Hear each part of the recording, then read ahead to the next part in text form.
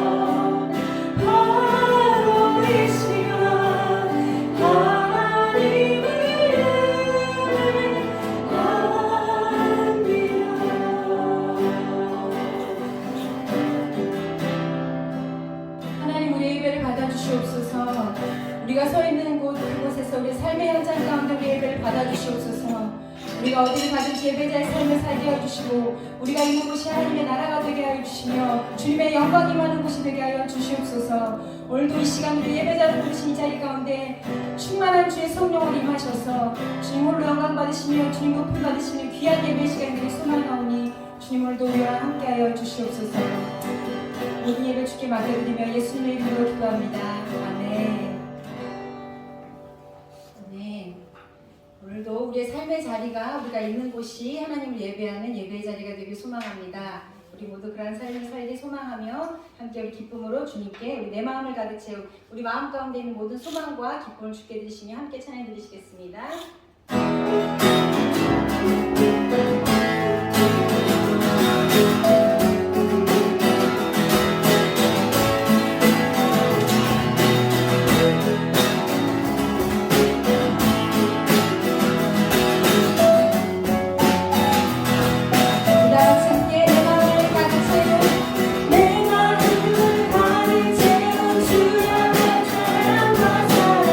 어떤 때도 변할 수 있나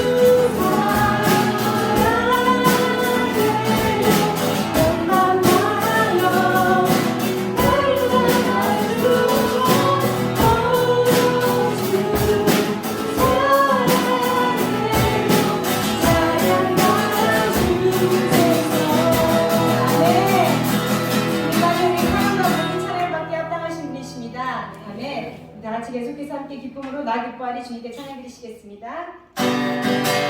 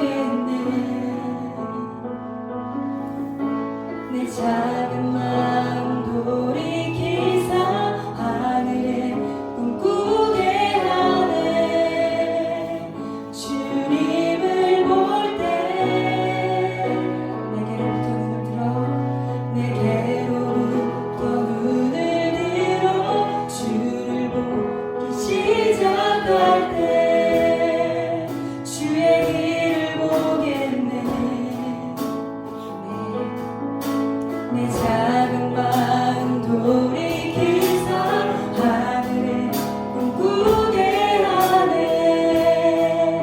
주님을 볼 때 모든 시선이 주님께 드리고 살아계신 하나님을 느낄 때 내 삶은 주의 역사가 되고 하나님이 귀하게 시작하네. 이번엔 성령이 나를 변화시켜 성령이 나를 변화시켜 모든 두려움 사라질 때 주의 일을 보겠네. 경쾌한 땅 가운데서 주만 알게 되리. 주님을 볼 때 성령이 나를 변화시켜 성령이 나를 변화시켜 모든 두려움 사라질 때 주의 일을 보겠네. 황폐한 땅 가운데서 주만 알게 되리. 주님을 볼 때 모든 시선이 주님께 드리고 전능하신 하나님을 느끼고 세상은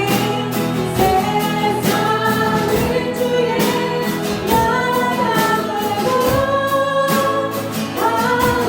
하나님이 일을 시작하고 모든 시선이 주님께 드리고 전능하신 하나님을 느낄 때 세상이 주의 나라가 되고 하나님이 일을 시작하네.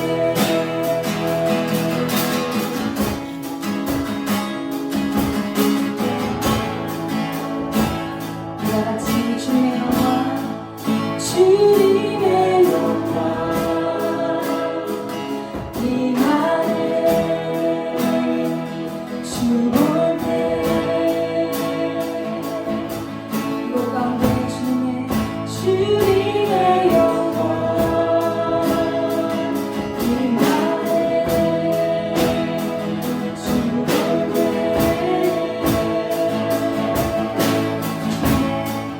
주님의 영광 임하네. 주 볼 때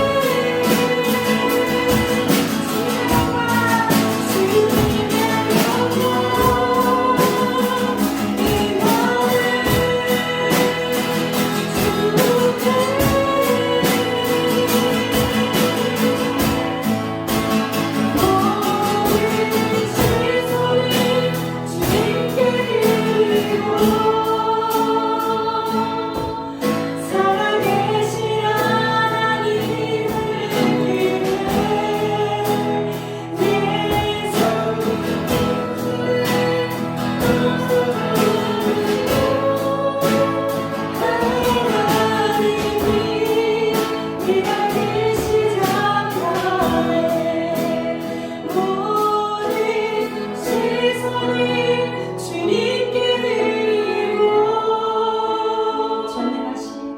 전능하신 하나님을 느낄 때 세상은 주의 나라가 되고 하나님이 일하기 시작하네.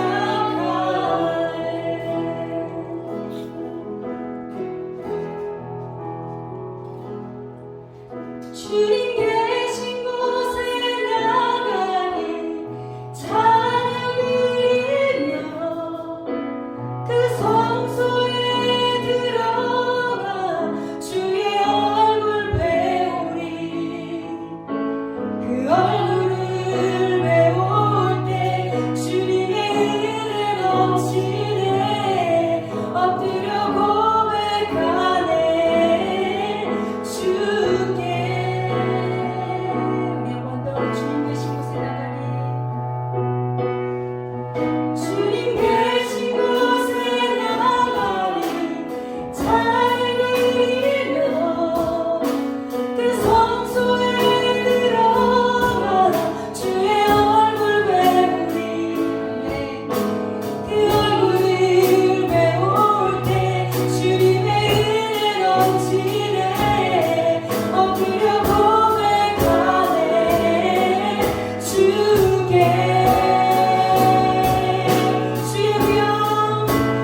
주의 위엄 이곳에 가득해. 전능하신 하나님 아버지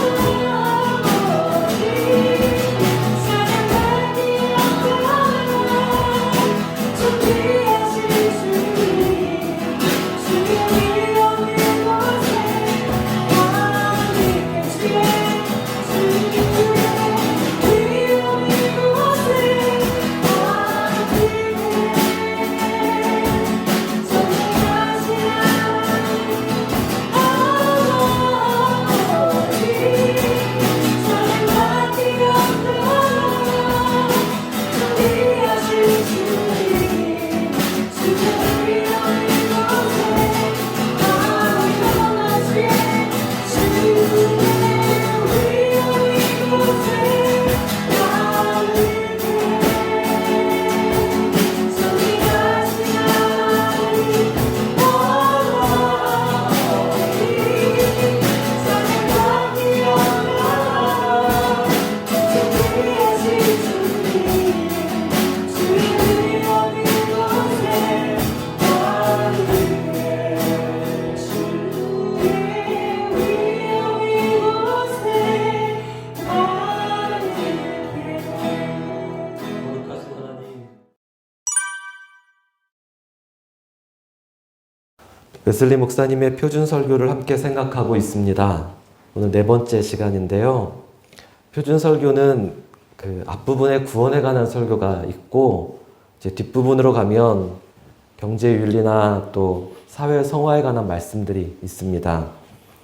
우리가 앞부분에 있는 구원의 말씀 생각하고 있습니다. 오늘도 구원론인데 저는 이것이 굉장히 중요한 기초라고 생각이 되어집니다. 사실 웨슬리 목사님의 특별함이라고 말하면 그 사회적 성화라고 사람들이 알고 있습니다. 그것이 맞거든요. 당시 영국 사회가 굉장히 어두웠는데 프랑스와 달리 그 피를 흘리지 않는 개혁을 할 수 있었던 것은 웨슬리 목사님의 영향력이었다라고 말합니다. 그래서 웨슬리 목사님의 사회윤리나 경제관이나 이런 말씀이 굉장히 특별한데 그에 못지않게 웨슬리의 구원론도 정말 중요한 기초라는 생각이 듭니다. 이것의 기초에서 사회적 성화라든지 또 나라를 개혁하자라고 하는 to reform the nation, 나라를 개혁하자라고 하는 그러한 메시지 구호가 나왔다라는 생각이 듭니다. 우리가 앞으로 그 말씀도 보게 되겠지만 그 전에 구원에 대해서 조금 더 기초를 세웠으면 좋겠습니다. 오늘 나누려는 말씀은 거듭난 그리스도인의 위대한 특권이라는 말씀입니다. 영어로는 The Great Privilege of those that are born of God입니다. 하나님 안에서 태어난 사람들의 위대한 특권, 하나님의 자녀가 갖는 권세라는 말씀입니다. 우리에게 어떤 특권이 있는지 함께 살펴보겠습니다. 일반적으로 생각하는 오해가 있습니다. 거듭남과 칭의를 동일하다고 생각하는 것입니다. 의롭다 하심을 얻은 사람은 거듭난 사람이고, 거듭난 사람은 의롭다 하심을 얻은 사람이다 라고 생각하는데 그렇지 않습니다. 이것이 동일한 순간에 하나님이 주시는 선물인 것은 맞지만 거듭남과 칭의는 서로 구별이 됩니다. 어떻게 다를까? 동전의 양면이라는 생각이 들기도 합니다. 칭의는 단지 관계적인 변화입니다. 반면에 거듭남은 실제적인 변화입니다. 칭의는 하나님이 우리를 의롭다라고 불러주시는 것, 말씀해 주시는 것입니다. 하나님이 우리를 위해서 하시는 일입니다. For us입니다. 반면에 새롭게 태어나는 거듭남은 하나님이 우리 안에서 무언가를 하시는 일입니다. In us입니다. 서로 구별이 되시나요? 모든 사람이 죄를 범하였기 때문에 하나님의 영광에 이르지 못합니다. 그런데 예수 그리스도 안에서 하나님은 죄인인 우리를 의롭다고 여겨주십니다. 이것을 칭의라고 말합니다. 우리를 의롭다 하심으로써 우리 안에 있는 죄책감을 다 걷어가십니다. 이것은 하나님께 대한 외적인 변화라고 할 수 있습니다. 반면에 거듭남이라고 하는 것은 죄의 능력, 즉 the power of sin을 제거하는 일입니다. 죄의 능력을 제거하는 일입니다. 자, 이 말씀을 하고 오늘 이제 그리스도의 특권에 관한 말씀을 쭉 여러 개 말씀드릴 텐데 왜 이 말씀을 하고 있는지를 제가 맨 나중에 가서 한번 물어보겠습니다. 왜 칭의와 거듭남을 구별하면서 이 말씀을 시작했는지. 이 두 가지는 시간적으로 함께 결합되어 있지만 성질은 구별됩니다.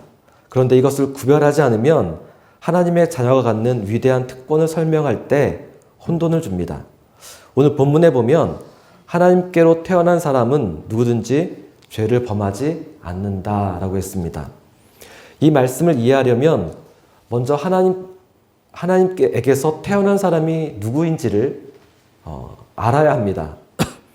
그 다음에 죄를 범하지 않는다라는 것이 무엇인지 살펴보아야 합니다. 자, 먼저 하나님에게서 태어난 사람, 이 사람은 누구일까요? 이 사람은 단지 세례받은 사람을 말하는 것 아닙니다. 이 사람은 교회를 다닌다라고 하는 것을 의미하는 것도 아닙니다. 외적인 행동의 변화가 아니라 거듭남이라고 하는 것은 매우 큰 내적인 변화입니다. 성령의 역사로 한 영혼 속에서 이루어지는 놀라운 변화입니다. 이 사람은 삶의 존재 양식 전부가 변화되어집니다. 하나님에게서 태어난 순간 이전과 전혀 다른 방식으로 살아가기 때문에 그렇습니다. 그것은 마치 전혀 다른 세상을 살게 되는 것과 같습니다. 예를 들면 영적인 거듭남은 갓난아기가 태어나는 육체적인 탄생과 매우 비슷합니다. 아기가 아직 태어나지 않고 어머니의 뱃속에 있을 때, 태중에 있을 때에는 스스로 호흡하지 못합니다. 공기를 마시고 내뱉는 들숨과 날숨을 쉬지 못합니다. 눈, 코, 입은 다 있지만 아직 코로 호흡하지 못합니다. 눈은 감겨 있습니다. 그래서 어둠 속에서 아무것도 보지 못합니다. 귀가 있어도 듣는다고 하지만 거의 듣지 못합니다. 이처럼 아직 태어나기 전까지는 세상에 대해서 그는 어머니를 통해서 간접적으로만 알 뿐이지 자신이 직접 감지하지는 못합니다. 그런데 태어나는 순간 전혀 다른 방식으로 존재합니다. 이제는 공기를 마십니다. 응애하면서 호흡이 열리고 공기가 폐 속으로 깊이 들어갑니다. 그리고 다른 감각기관도 하나씩 열리게 됩니다. 눈은 빛을 지각하며 반짝이는 태양 아래 수많은 것들이 있다는 것들을 보게 되어집니다. 귀가 열리고 다양한 소리가 끊임없이 들리는 것을 듣습니다. 온몸으로 온기를 느끼며 또 이런저런 감촉을 알게 되어집니다. 하나님 안에서 태어난 사람도 마찬가지입니다. 영적으로 태어나기 전에는 하나님을 감지할 수 없습니다. 하나님이 살아계심을 느끼지 못합니다. 영적인 호흡을 하지 못하기 때문에 아무것도 느끼지 못합니다. 하나님은 끊임없이 부르시지만 귀가 막혀 있어 듣지 못합니다. 또한 영적인 눈이 감겨 있어 영이신 하나님을 볼 수 없습니다. 고린도전서 2장 14절에 육에 속한 사람은 하나님의 성령을 받지 아니하나니 이는 그것들이 그들에게 어리석게 보이며 또 그는 그것을 알 수도 없나니 그런 일은 영적으로 분별되기 때문이라. 멀리 있기 때문이 아닙니다. 그 안에 있지만 주위를 둘러싼 영적인 세계를 전혀 감각하지 못합니다. 영적인 지각을 가지지 못했기 때문입니다. 그러나 성령 안에서 태어나면 그 영혼 전체가 하나님을 느끼게 됩니다. 시편 139편 5절에 주께서 나의 앞뒤를 둘러싸시고 내게 안수하셨나이다 라고 말씀합니다. 오늘 우리가 찬양한 것처럼 우리가 하나님의 임재 안에서 하나님을 경험하고 알게 되어지는 겁니다. 하나님의 영인 하나님의 숨결이 거듭난 영혼 속에 불어오며 그러면 그 호흡을 다시 그는 감사와 찬미로 하나님께 올려드립니다. 이것이 영적인 호흡입니다. 거듭나면 보이지 않았던 부분이 보입니다. 하나님을 나타내십니다. 히브리서 11장 27절에 보면 모세가 이렇게 말합니다. 보이지 아니하는 자를 보는 것 같이 하여 참았다 라고 말씀합니다. 귀가 열려 하나님의 음성을 듣습니다. 하늘의 소리를 듣고 순복합니다. 목자의 음성을 듣는 것입니다. 이것이 하나님께로부터 난 사람이라는 의미입니다. 여러분은 하나님의 숨결을 어떻게 호흡하고 영의 세계를 어떻게 보고 계신가요? 여러분을 둘러싼 하나님의 임재를 어떻게 감각하고 계신가요? 제가 송내중앙교회에 있을 때 가장 좋았던 것은 설교하는 시간이었습니다. 사실 설교를 준비하는 과정은 쉽지 않았습니다. 영적인 부담감을 가지고 말씀을 묵상하고 또 기도하면서 한 편의 설교를 준비합니다. 그런데 설교하는 시간은 정말 좋았습니다. 왜냐하면 말씀을 전하려고 강단 앞에 서면 영적인 특별한 은혜가 느껴졌습니다. 거기에만 서면 느껴지는 영적인 분위기가 있었습니다. 그것이 너무 좋았습니다. 오랜 시간 담임 목사님이 쌓아놓은 영적인 아우라를 내가 느끼고 있구나. 제법 넓은 강단인데 그 강단 전체가 그런 것이 아니라 그 설교하는 그 특정한 위치에 서면 설명하기 힘든 영적인 감동이 밀려왔습니다. 제가 기흥중앙교회를 개척하면서도 오면서도 제 안에 소망이 있었습니다. 내가 서는 강단이 그런 강단이 되었으면 좋겠다. 내가 말씀을 전할 때 그 하나님의 임재가 거기서 느꼈던 그런 임재가 있었으면 좋겠다. 제가 한 번은 경기도 화성에 송내중앙교회 수련원이 있는데 거기 학생들과 함께 중고등부 학생들을 데리고 여름 수련회를 간 적이 있습니다. 청소년들은 어느 교회든지 다 천방지축입니다. 그래도 저녁에 집회를 한다고 아이들이 다 모였습니다. 부장 선생님이 오셨고 한 50여 명의 아이들이 모였는데 제가 그 수련원에 그 목사님이 늘 설교하는 그 자리인데 제가 말씀을 전하러 딱 섰는데 이건 다르구나. 뭔가 다르구나. 웨슬리가 거듭났을 때 이상하게 마음이 뜨거워졌다라고 하는 그 이상하다는 표현은 그런 겁니다. 뜻밖의 예상하지 못했던 감동이 밀려왔다라는 겁니다. 송내중앙 수련원에서 정말 그런 뜻밖의 감동이 밀려오는 겁니다.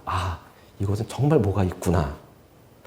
그날 부장 권사님이 정말 큰 은혜 받았던 기억이 납니다. 본인도 놀랄 정도로 열정적으로 기도했던 모습이 떠오릅니다. 야곱이 형을 피해서 도망가다가 들판에서 돌을 베고 잠이 들었습니다. 그런데 거기서 야곱은 영의 세계를 보았습니다. 여기가 하나님의 집이구나, 베델이구나. 그런 경험인 것이죠. 시편 139편 8절과 9절에 내가 새벽 날개치며 바다 끝에 가서 거주할지라도 거기서도 주의 손이 나를 인도하시며 주의 오른손이 나를 붙드시리이다. 여러분은 거듭난 하나님의 자녀로서 영적인 세계를 어떻게 감각하고 계시나요? 저는 성경을 묵상하거나 기도할 때뿐만 아니라 설교할 때뿐만 아니라 평상시에 스마트폰을 이렇게 보고 있거나 그냥 TV를 보다가도 간혹 마음속으로 기도합니다. 하나님, 제게 무엇을 말씀하시나요? 이렇게 짤막하게 기도하면 그때마다 주시는 감동이 있습니다. 그 안에서 무언가 말씀하시는 것들을 깨닫습니다. 제가 그냥 보는 것은 인터넷 뉴스이고 어쩌면 드라마이기도 합니다. 제가 그렇게 묻지 않았으면 그냥 지나가는 시간입니다. 그런데 하나님, 제게 무엇을 말씀하시나요? 라고 물으면 하나님은 항상 제게 무언가를 말씀하십니다. 여러분, 누군가 여러분을 기도하는 거 느끼시나요? 누군가 여러분을 위해서 기도하지 않기 때문에 못 느낄지도 모르겠지만 여러분이 누군가를 위해 기도해주면 그 사람은 그걸 느낍니다. 영적인 세계는 그런 것이죠. 두 번째 부분을 생각하겠습니다. 누구든지 하나님께로 난 사람은 죄를 범하지 않습니다. 이것이 더 그레이트 프리빌리지, 위대한 특권입니다.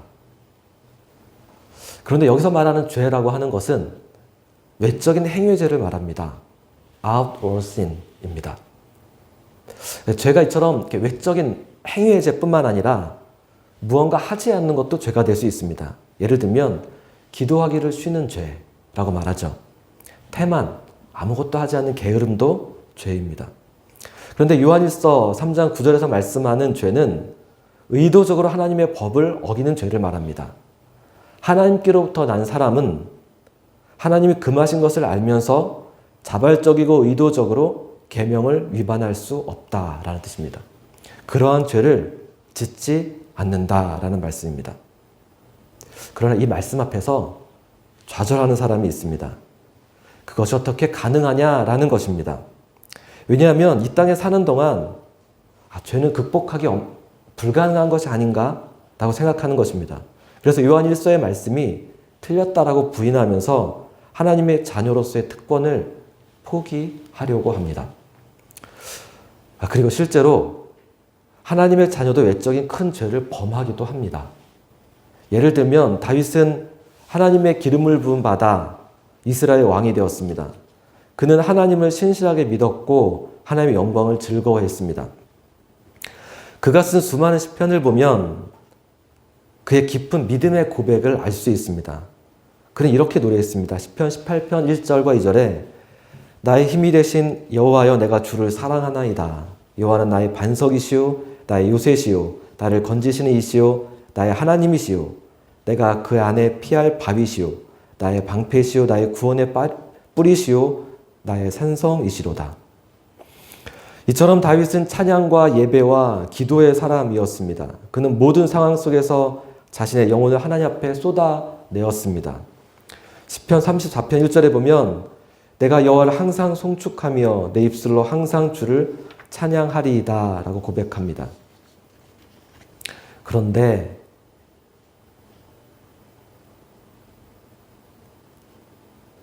하나님의 자녀가 죄를 범할 수 없다고 했는데 그러나 다윗은 실제로 큰 죄를 범하고 말았습니다. 다윗은 간음과 살인이라는 무서운 죄를 범했습니다. 그가 구약의 사람이었기 때문이 아닙니다. 신약시대에 성령이 임하고 복음을 통해서 생명과 썩지 않음을 밝히 보이신 뒤에도 의심의 여지 없이 죄를 범한 사람들이 있었습니다. 바울과 바나바는 크게 다투었습니다. 선교여행을 함께 할 수 없을 만큼 그들은 갈라섰습니다. 그리고 사도 중에 사도였던 베드로는 그가 안디옥에서 개종자 이방인들과 함께 식사하고 있을 때였습니다. 그곳에 야고보 사도가 보낸 유대인들이 방문했습니다. 근데 베드로가 그들이 오는 것을 보더니 갑자기 식사 자리에서 일어나서 도망쳤습니다. 자신이 이방인들과 식사하는 모습을 야고보 사도가 보낸 사람들에게 보이지 않으려고 그랬던 겁니다. 그랬더니 그곳에 함께 앉아 있었던 다른 유대인들도 다 베드로를 따라 외식하는 범죄를 저지르고 말았습니다. 바울이 그것을 보고 베드로를 책망했다라고 말씀했습니다. 이처럼 성경은 하나님께로부터 난 사람이라도 죄를 지었던 모습들이 나옵니다. 때문에 요한일서 3장 9절에 하나님께로부터 난 자는 죄를 짓지 아니한다라는 말씀이 잘못되었습니까? 요한일서 5장 18절에도 똑같습니다. 하나님께로부터 난 자마다 범죄하지 아니하는 줄 우리가 아노라. 하나님께로부터 나신 자가 그를 지키심에 악한 자가 그를 만지지도 못하느니라 라고 말씀합니다. 하나님의 자녀들 가운데 넘어진 자가 있다 하더라도 이 위대한 진리는 흔들리지 않습니다. 하나님의 넉넉한 은혜가 지키신다라고 했습니다. 그런데도 왜 쓰러지는 사람이 있을까요? 그것은 그들이 작은 죄, 즉 소극적이고 내적인 죄에 계속 굴복해 나갔기 때문에 그렇습니다. 그들이 언제나 깨어 기도했다면 그러지 않았을 텐데, 하나님의 부르심을 따라 달려갔다면 그러지 않았을 텐데, 그들이 그러지 않았기 때문입니다. 다윗을 보면 이렇습니다. 다윗은 하나님으로부터 난 사람으로서 진실하게 하나님을 사랑했습니다. 그가 왕궁의 지붕을 거닐 때 그는 하나님을 찬미하고 있었을 겁니다. 그런데 그가 밧세바를 보고 유혹을 느꼈습니다. 이때 하나님의 영이 다윗에게 그것이 죄라고 하는 것을 깨닫게 해주십니다. 그러나 다윗은 그 하나님의 음성을 알았지만 그의 생각이 계속 그의 유혹에 끌려가기 시작했습니다. 그러자 그의 영은 점점 흐려져 갔습니다. 여전히 하나님을 바라보았지만 이전보다 훨씬 희미해졌습니다. 하나님이 그를 책망하셨습니다. 아들아, 나를 바라봐라. 죄에 굴복하면 안 된단다. 그러나 다윗이 그 말씀을 듣지 않았습니다. 그러자 그의 눈은 더 어두워졌습니다. 그러면서 더 이상 하나님이 보이지 않았습니다. 결국 그는 불타는 욕망 속에 뛰어들었고 외적인 죄를 범한 것입니다. 다윗이 유혹을 받았을 때 하나님의 영은 계속해서 죄가 가까이 있다고 경고했습니다. 그에게 깨어 기도하라고 명령했습니다. 그러나 다윗은 그 유혹에 끌려갔습니다. 그러자 하나님의 성령은 슬퍼하셨습니다. 다윗이 믿음이 약해지고 하나님을 향한 사랑이 식어지자 성령은 강하게 그에게 말씀하셨습니다. 그러나 다윗은 그 성령의 음성에 귀를 닫았고 유혹에 귀를 기울였습니다. 우리가 알아야 하는 것은 깨어 기도하는데도 유혹은 있다라는 겁니다. 하지만 우리의 눈을 그때 하나님께 계속 고정하면 그 유혹은 얼마 가지 않아 사라집니다. 문제는 우리가 마음으로 계속 그것을 품을 때 그 욕망이 죄를 낳는 것입니다. 하나님의 생명이란 무엇인가요? 그것은 하나님의 성령께서 끊임없이 우리에게 영감을 부어주시는 것을 말합니다. 하나님이 우리의 영혼 속에 입김을 불어넣어 주시고 그러면 우리는 그의 하나님의 영 안에 거함에 반응해야 합니다. 어떻게 반응하는 것이냐면 하나님 앞에 감사하고 찬양하고 우리의 마음을 올려드리는 것입니다. 우리의 영혼이 반응하는 것을 통해서 하나님의 생명이 유지되기 때문에 그렇습니다. 하나님은 먼저 우리에게 당신의 영감을 불어넣으십니다. 그 마음속에 사랑을 불어넣으시고 선하신 축복을 베푸실 때 우리가 그 은혜에 반응하며 하나님께 나아가야 합니다. 이렇게 하나님을 향해서 숨쉬지 않으면 우리의 영이 점점 후퇴하고 맙니다. 우리의 마음이 어둠 가운데 머무르게 됩니다.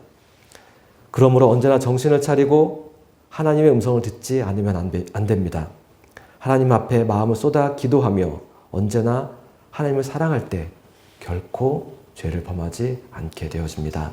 같이 기도하시겠습니다. 말씀 앞에서 경외함으로